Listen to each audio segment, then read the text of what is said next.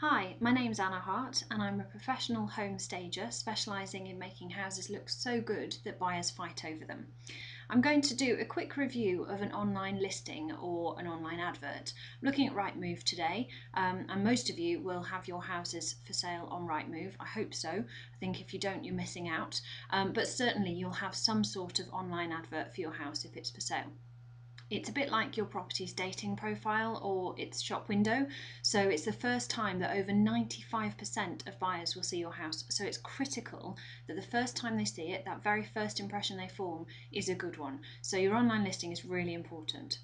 So when people search, they'll stick in some information, so the location, how far away they want to look, the sort of property they're looking for and their price range. And then you'll get this results page. So the first thing I'm going to do is just compare the listings that you see coming up on this results page, just to see how they stand out from each other. So at the bottom of the page here, we've got a sort of fairly nondescript house, but it's got some nice greenery in the front. It would have been nice if the sky was blue. We've got a very similar shaped house here, and this is the one we're going to look at today. It doesn't come out all that well in this front photograph. The next one down, that's got some blue sky, even though there's a car in the foreground, which doesn't really help. This looks good. It's a good coloured house. It's got some blue sky going on. So if you're just looking on a very brief look, the one we're looking at doesn't stand out particularly well. So it might be a good idea to get another photograph taken with some blue sky. The next thing to look at is just these brief descriptions, because literally this is the page that you want people, you're trying to get them to click on your house. So what is it that you're showing them in this very first results page that gets them to press that button and click through into the listing? And that's what estate agents talk about when they talk about your click-through rate. You'll see statistics about how many times your house is shown when it comes up in search results, and then there's how many times it actually gets clicked on through those search results, and that click-through is really important.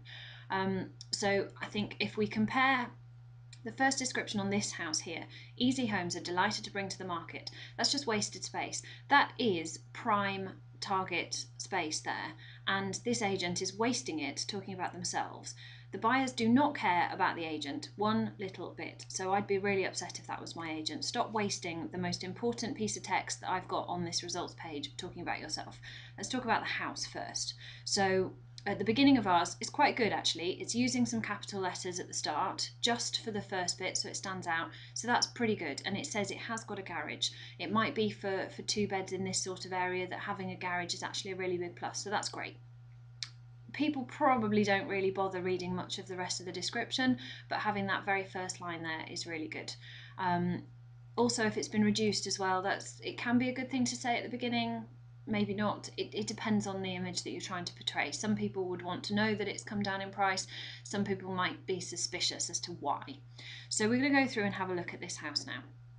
Now, I don't know about you, but I think, and I'm fairly sure I'm right, that most people will look through the photos before they go further down the page. So I'm not even going to move the page. We're just going to look at the photographs. So there's the larger version of your exterior photo. It's not brilliant. The bins really are what are upsetting me. This blue bin is it's the colour that just grabs your attention on this photograph and you go straight to it. And really, who wants to see rubbish as their first impression of a house? So these three bins would have to go, and I'd probably want to do a little bit of tidying up of the grass and the weeds around this paving area as well.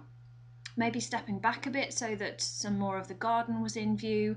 As I said, a blue sky would really help. So it's not a bad outside picture, but just moving those bins would make it so much better for me. So let's move on to the next photo. So here we've got the lounge, and my opinion is there's a lot going on in here, and you can't really see how big the room is. We've got texture ceiling, we've got some pattern on the wallpaper here, we've got lots of stuff on the side, we've got some furniture, all sorts of bits and pieces everywhere, and it doesn't really look like a very big room. Actually, I can see there's a bike saddle here, so there's a push bike sat behind this chair here. I'd certainly be saying that for photographs and viewings, that bike needs to go. If it's hidden outside in the garden, I don't care, but it needs to be out of the way so this chair can come back and you can see how big this room really is. So it's not a bad room, it's not got any hideous things going on, but it could do better in the way it's presenting itself. Next, the kitchen. The theme here is just stuff everywhere. When you're selling a kitchen, you're trying to sell to the cook. And what does a cook want? Space. They want workspace. I think most cooks would say that if they could have more space, they'd be happy. So really, you've got to show them how much space there is. And this kitchen has actually got quite a lot of worktop area. It's just you can't see it because it's underneath all this stuff. So everything along these sides, apart from the kettle, the toaster, maybe your tea, coffee jars, everything's got to go. It's got to be cleared out. It's not a great kitchen, it's a little bit dated, but really that's not a problem if you just get rid of all the stuff that's hiding the amount of space there actually is in this room. Garden photo, that's not bad actually. It shows that you've got two separate spaces. You've got sort of the adult space here for eating, barbecues, etc. And you've also got the kid space with the lawn. So that's not a bad photo. It's not a fantastic garden, but it is what it is and it shows it quite nicely. Bedroom photo. There's two bedrooms in this house. I'm not sure which one this is because it just says picture 5 down at the bottom here. This is another thing that a lot of estate agents don't get right. They've got the opportunity here to say what this room is, and if they're not using it, then it's not good enough as far as I'm concerned. It's a really quite an uninspiring bedroom here. There's some stuff, like sort of, is it clothing, indicates maybe, oh, is it a chair it's sat on? It just doesn't have any design features to it. The colours aren't bad, they're okay. There's so much glare coming from the window that you can't really see what's going on anyway. I'd want another photo when there's less glare from the window, and even just a picture on the wall would help, and some cushions on the bed.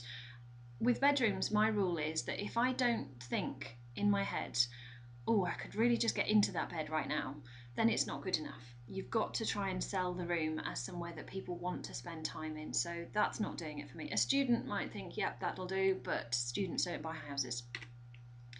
This is the dining area in the kitchen. You can see it's in the kitchen because of this, the cupboard here, but again, that picture 6 could say better, could help you out a bit more.